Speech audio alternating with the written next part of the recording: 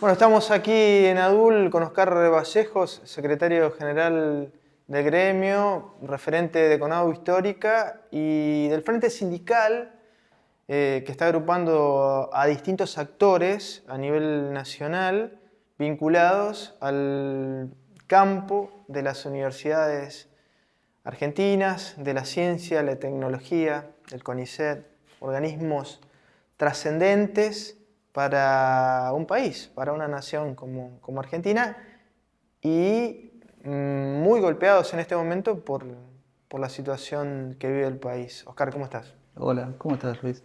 Bueno, efectivamente, con mucha preocupación venimos de una mesa, empecemos por ese tema, una mesa nacional de defensa de la ciencia y la tecnología con organismos del CONICET, con el INTA, con un movimiento también gremial en torno de la ciencia y la tecnología, que no necesariamente tiene que ver con la universidad, pero no solo está vinculado con la universidad, sino con CONICET y con los organismos de ciencia y tecnología del Estado.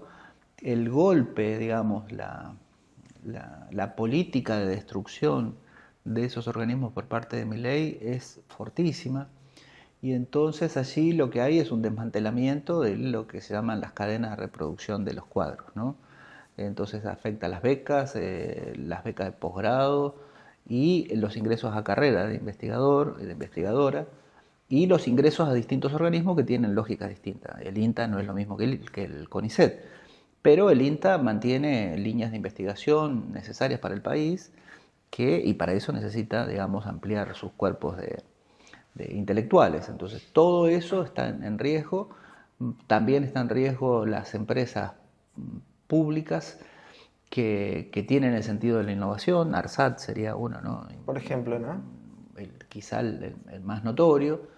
Y entonces, bueno, está todo rifándose, digamos, ¿no? Ahora, Oscar, ha habido una gran habilidad, ¿no?, del sector neoliberal, sobre todo desde la época de Reagan y Thatcher. Podemos ir más atrás también, pero ha habido una gran habilidad en transformar una movida política, una visión de las relaciones sociales, económicas, del rol del Estado, como algo meramente económico, ¿no? Como que todo esto que está sucediendo deviene naturalmente por, supongamos, el despilfarro, bueno, una serie de artilugios discursivos que sacan del centro la cuestión de la política, ¿no? De las intenciones políticas de estos actores. Me parece que un poco el debate también tiene que darse por esos carriles. Sí, la política se vuelve opaca, podríamos decir así, ¿no?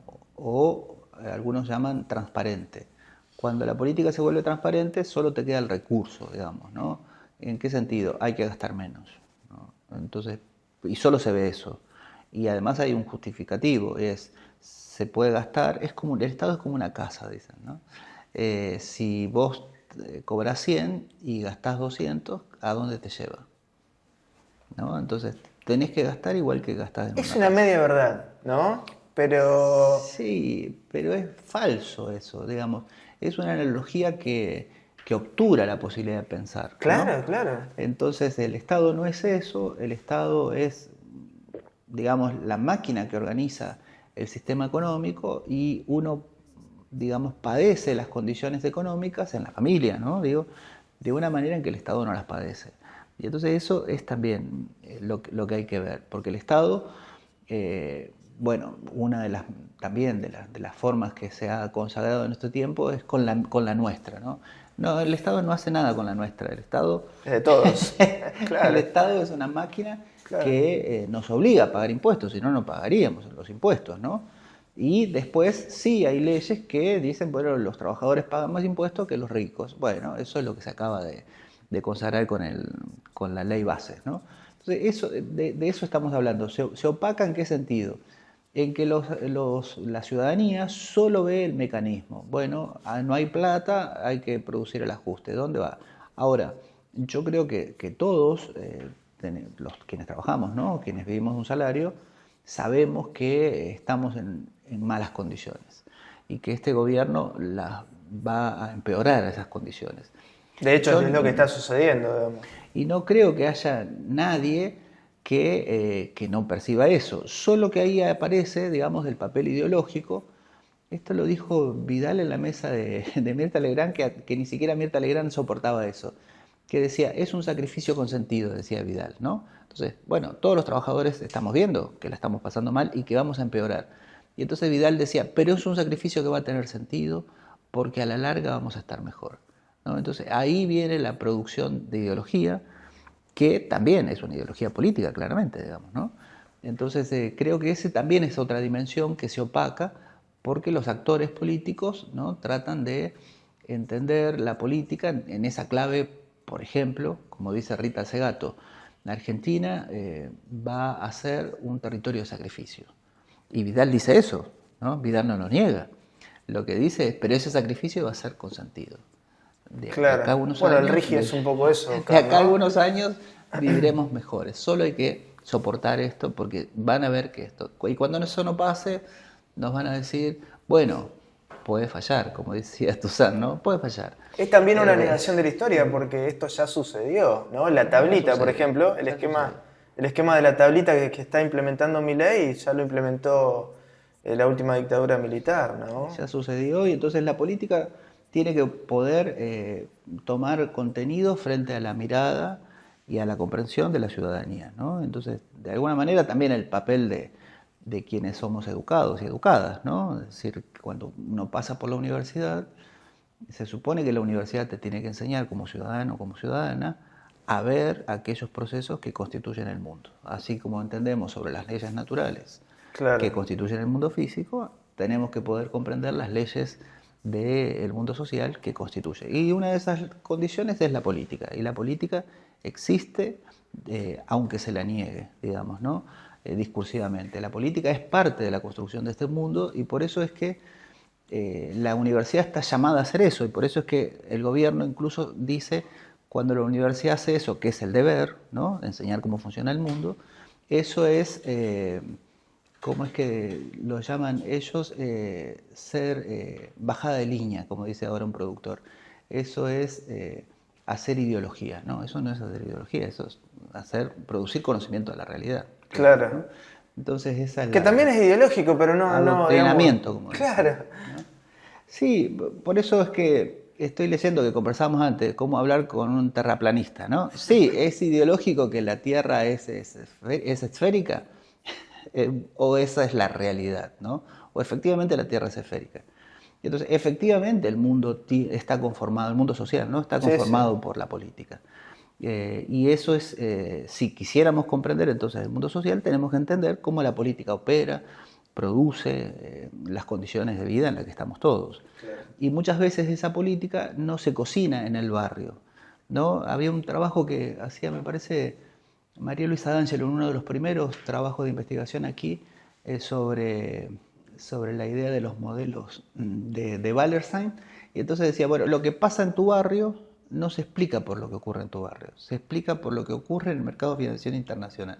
También. Y eso es ciertamente exigente, digamos, para la comprensión, claro, ¿no? Sí, si no entendemos lo que es la geopolítica, los intereses, ¿no? Exacto. Entonces, bueno, la falta de trabajo que va a haber acá en la Argentina, bueno, no se va a explicar por lo que pasa en tu barrio, se va a explicar por cómo el gobierno opera en el mercado internacional, cómo el gobierno está abriendo las fronteras del país para el latrocinio, etcétera, ¿no? Y eso no va a provocar ni empleo, ni va a provocar mejores condiciones de vida para el país. Pero entonces, para poder entender eso, ¿por qué en mi barrio necesito un comedor o un merendero?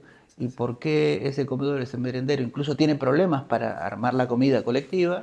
Eso no lo voy a poder explicar por lo que ocurre en el barrio. Hay una dialéctica en esto que estás poniendo sobre la mesa, Oscar, ¿no? Si endógenamente, internamente, un Estado pone en práctica una política económica, lo que está haciendo es poner en práctica una política internacional de cara al mundo, ¿no? Si uno es proteccionista o librecambista, vamos a decirlo burdamente. Y del otro lado hay instituciones internacionales, por ejemplo, supranacionales como el Fondo Monetario Internacional, que impone desde afuera una legislación o, digamos, un consenso hacia el interior de los países. O sea, hay un ida y vuelta y una dialéctica que es necesaria entender. Ahora se van a cumplir, creo, 90 años de la creación del Fondo Monetario y se está armando una movida internacional de enjuiciamiento al Fondo Monetario Internacional. Interesante eso. Y esto es una movida muy interesante, también dentro de las distintas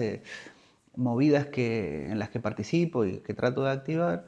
Se hizo un encuentro en Buenos Aires, del cual participó nuestra organización de aquí de Santa Fe, Tramatierra, que se llama Transiciones, ¿no?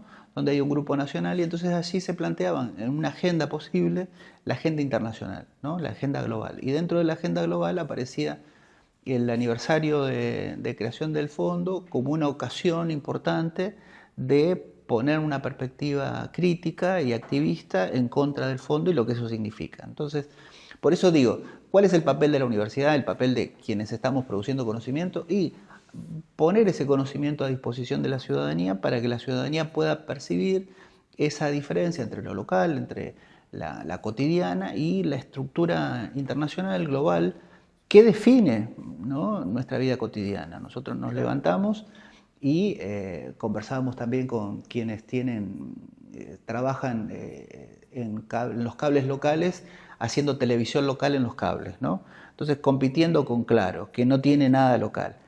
Y entonces, los cables locales están en jaque. Entonces, ahora, si gana Claro, vamos a dejar de tener televisión local, ¿no? Claro, entonces, pero además hay otras cuestiones que tienen que ver con las nuevas tecnologías. O sea, los soportes físicos, esto si uno conversa con cualquier sindicalista del ramo periodístico, lo pone sobre la mesa. Los soportes físicos, las radios, los canales, los cables locales, están en crisis porque todo se va trasladando internacionalmente, ¿no? Por la dinámica propia de las tecnologías hacia la virtualidad, ¿no? Entonces aparecen otros fenómenos y se complejiza muchísimo el escenario, ¿no? Pero ahí también hay que decir y denunciar que quienes son los dueños de esos medios no es que se han empobrecido, se han enriquecido. Y entonces la disputa no es, bueno, no puedo soportar lo que viene, es que quiero ganar más. Ese es el problema, Claro, ¿no? es una empresa internacional, ¿no? Y me amenaza a mí, pero entonces me pone en jaque el cable video local, pero el cable video local quiere tener la misma estructura de ganancia o ganar más. Y entonces en esa lógica no puede resistir. No puede resistir porque quiere mantener la tasa de ganancia. Y entonces ahí le conviene vender la cartera a Claro, pero nosotros en Santa Fe nos vamos a quedar sin televisión local, sin alguien que hable de nuestras problemáticas. Y como santafesinos y santafesinos tenemos que defenderla. Totalmente, ¿no? es una de las expresiones de este momento globalista, ¿no? Exacto. Oscar. Volviendo al plan de lucha, está todo relacionado, ¿no? Como estábamos hablando de la dimensión política de las medidas del gobierno nacional y de la lucha de los trabajadores, ¿no?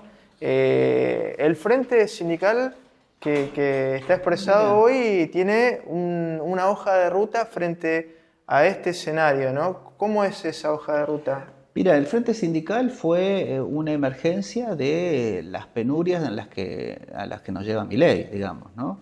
Entonces es una respuesta de gremios que no dialogábamos, e incluso este gobierno hizo algo que era impensado, y es que pusieran en la misma paritaria a no docentes y docentes. Es una forma de maltrato, ¿no? Pero al mismo tiempo eso nos potenció en el sentido de decir, bueno, tenemos que convivir en una paritaria universitaria, docentes y no docentes, actuemos juntos. Entonces ahí está la FATUM como la Federación de No Docentes y todas las organizaciones docentes. Entonces eso hizo que el Frente tuviera un sentido de unificar a trabajadoras y a trabajadores, y eso hace que tengamos incluso algunas tensiones para poder comunicar. Cada vez que yo armo los comunicados siempre aparece docentes, ¿no?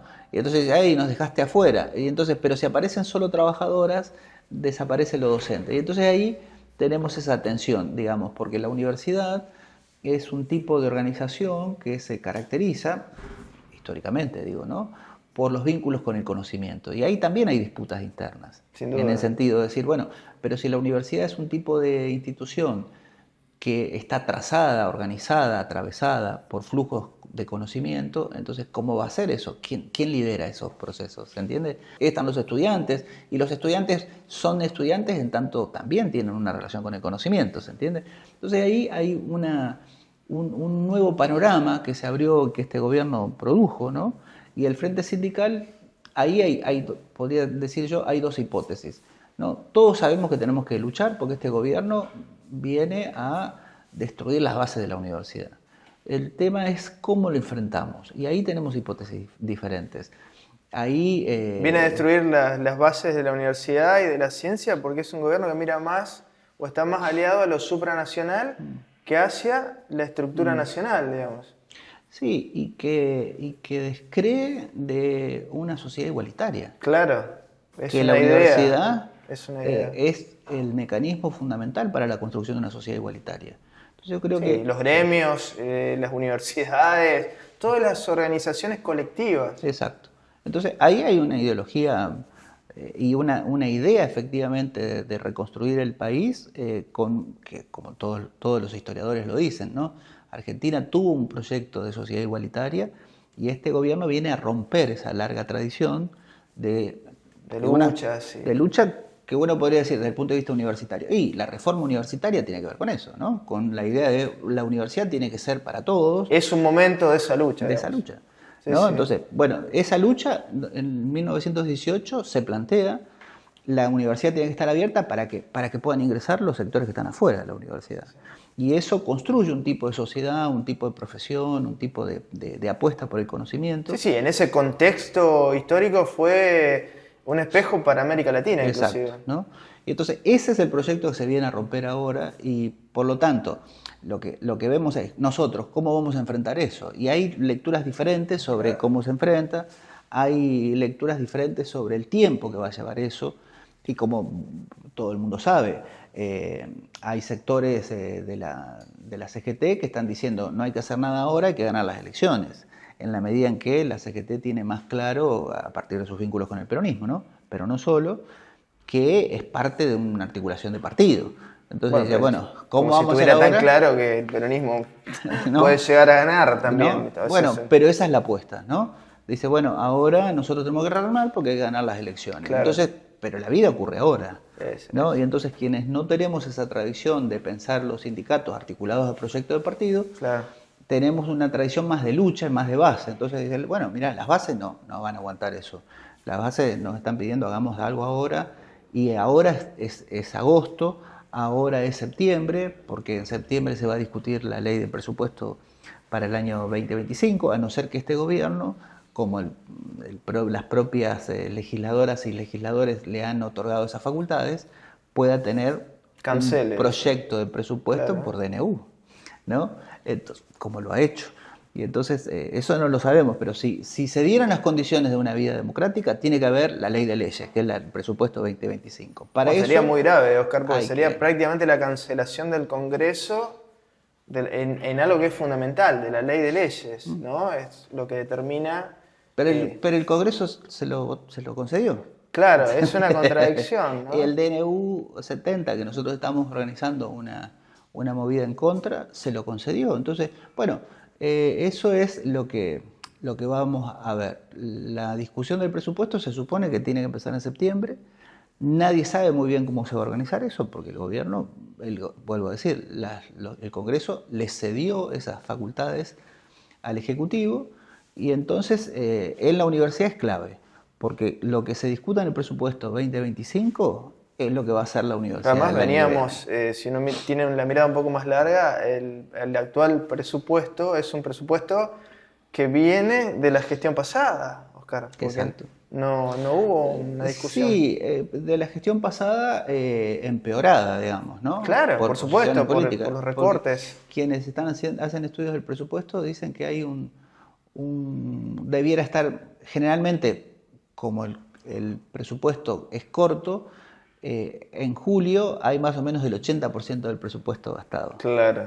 Acá hay un 40% del presupuesto. Increíble. Sobre la reconducción del 2020. Y eso también está claramente marcado en el poder adquisitivo que perdieron los trabajadores. Exacto.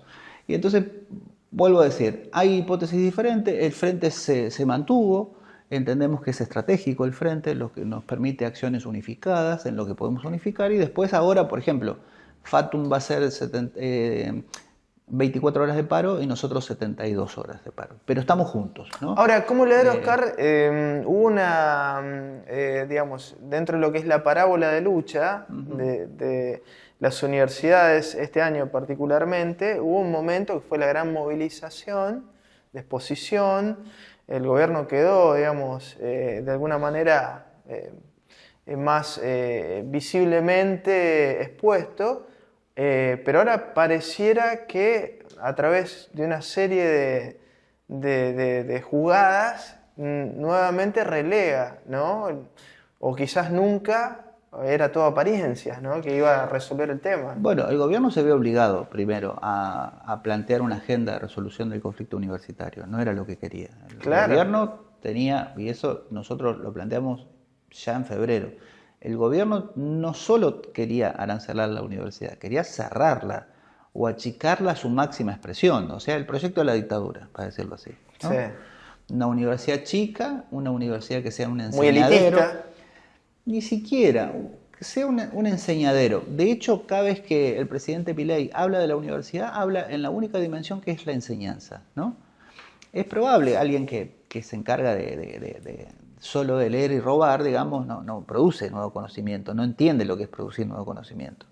Pero la universidad es más que enseñar. Enseñar es importantísimo, ¿sí? Pero la universidad es mucho más que eso, que es la producción de la frontera del conocimiento. Eso es la universidad. Y entonces, achicar la universidad ya es ponerla solamente en la enseñanza, ¿no? Y después empeorar los sueldos, y después empeorar la situación de los estudiantes. Y entonces ese es el proyecto del gobierno nacional. Y después aparecen ahí ciertas condiciones ahí para el show, digamos, que es arancelar para los extranjeros, etcétera, ¿no? Entonces, pero todas las universidades importantes del mundo captan talento extranjero, ¿no? Incluso nosotros tenemos bien visto a la gente que se doctora afuera y vuelve al país, ¿no? Dice, tiene un estudio en el extranjero, ya bueno, tiene todo el 10 puntos más. desarrollo, Oscar, todo el desarrollo, la historia del desarrollo de las naciones más desarrolladas, valga la redundancia, si uno mira Japón, si uno mira lo que hacía el mariscal Solano López, becaban a estudiantes, los japoneses hacían lo mismo, copiaban tecnologías y más el conocimiento que adosaban esos estudiantes en el extranjero, todo ese capital humano volvía para realizar el país, ¿no? Claro, y más o menos hace unos 10 años se está discutiendo la idea de una universidad de clase mundial, se llama, ¿no? Los chinos fueron más o menos los que inventaron esa universidad, y es disputar en el terreno internacional los mejores profesores e instalar los mejores profesores en China y para los chinos, y también captar talento internacional para que se formen en China, ¿no? Entonces esas universidades de clase mundial o de clase internacional están ocurriendo, hay proyectos ya claros. De hecho, la UNILA, la Universidad Latinoamericana que se creó en Foz de Iguazú, tenía esa idea, esa perspectiva. Fracasó porque los estados no pudieron sostenerla, pero esa era la idea, universidades de clase mundial, donde además de los locales puedan venir los talentos internacionales a formarse y a generar buenas ideas sobre los países, etcétera, ¿no? Entonces, por eso atacar la universidad es una miopía total. Pero ¿eso qué quiere decir? Que no hay un proyecto de mejorar el país, hay un proyecto de empeorar el país. Y se empeora el país ¿para qué? Y para hacer negocios. Claro, ¿no? Para que ciertos actores hagan negocios, porque no todos podemos hacer negocios. Por eso, no nosotros, pero quienes están dirigiendo el país hacen negocios. Claro. ¿no? Y eso es lo que está pasando. Entonces, hay que defender la universidad en esa clave. Un proyecto de país, un proyecto igualitario, necesita de la universidad. Los problemas que nosotros tenemos que resolver no lo va a resolver el conocimiento disponible en otras partes del mundo, porque los problemas son diferentes. Y además porque nosotros somos un país empobrecido. Y entonces a un país empobrecido no puede comprar las tecnologías de alta disponibilidad que son caras. Necesitamos desarrollo de tecnologías locales buenas y a medida, ¿no? Que nuestra población pueda entenderlas, pagarlas y hacer de eso una reproducción de las condiciones de vida. Entonces necesitamos la universidad, necesitamos el CONICET, el INTA, las organizaciones estatales para la producción de conocimiento. Ese es el debate cuando nosotros decimos estamos en un plan de lucha para defender la universidad con salarios dignos. Sin salarios no hay todo lo otro. Entonces, ¿por qué? Porque el salario es la condición básica. La universidad no alcanza a pagarte un salario, al menos en la Argentina, ¿no? Eso no quiere decir que en otros lugares no lo sea, para soportar todas las actividades que vos hacés desde el punto de vista académico. Y entonces mucho de nuestro salario va a parar ahí. Entonces, la universidad no te da plata para ir al Congreso y tus salarios no te alcanzan para ir al Congreso. Yo vengo de un congreso en Brasil. Éramos 20 argentinos, donde solíamos ser 200 argentinos, ¿no? Y entonces, eso es lo que está pasando, ¿no? Entonces, ¿cómo vamos a hacer? Y las universidades no te pueden pagar el pasaje. Y entonces, bueno, pusimos nuestros ahorros, los que fuimos, algunos tenían proyectos internacionales. Bueno, fuimos 20. Algunos decían íbamos a hacer 5. Bueno, fuimos 20 argentinos a ese congreso, ¿no? Donde Argentina siempre lideró ese congreso. Bueno, esa es la condición de malaria en la que estamos. Y nuestro salario está asociado a esas posibilidades, ¿no? No es verdad, para bien o para mal, algunos lo consideran mal. Yo considero que cuando vos tenés la biblioteca en tu casa y sos más libre que cuando dependés de una biblioteca de la patronal. Totalmente. Entonces, bueno, nosotros defendemos eso. El salario te permite eso, tener una buena biblioteca o no. Si vos no podés comprar los libros que necesitas para poder estar en la frontera, entonces estamos mal. Y lo que está pasando es eso. Y por eso es que la gente incluso está diciendo, no voy a hacer la apuesta de esperar 15 años para que la universidad me pague todo lo que yo necesito. Y entonces están abandonando sus lugares de trabajo. Claro. Y ese es un escenario que refuerza la necesidad de la lucha. Exactamente. Y que la lucha es ahora. No podemos esperar. Y esa es la hipótesis nuestra. Y por eso es que estamos con las bases diciendo dos cosas. Hay que luchar, hay que parar, pero con parar no alcanza. Hay que estar también en la calle. Oscar, gracias. A ustedes.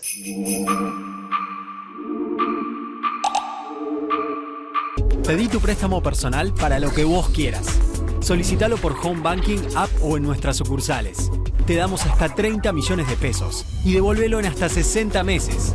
Banco Santa Fe. Acá, para vos. Cuando el agua pasa, hay vida. Hay relax. Hay progreso. Hidroplast. Redes e instalaciones domiciliarias e industriales. Sistemas de riego. Bombas y artículos para piscinas. Si es agua, pasa por Hidroplast. Francia 3020. Blas Parera 6498.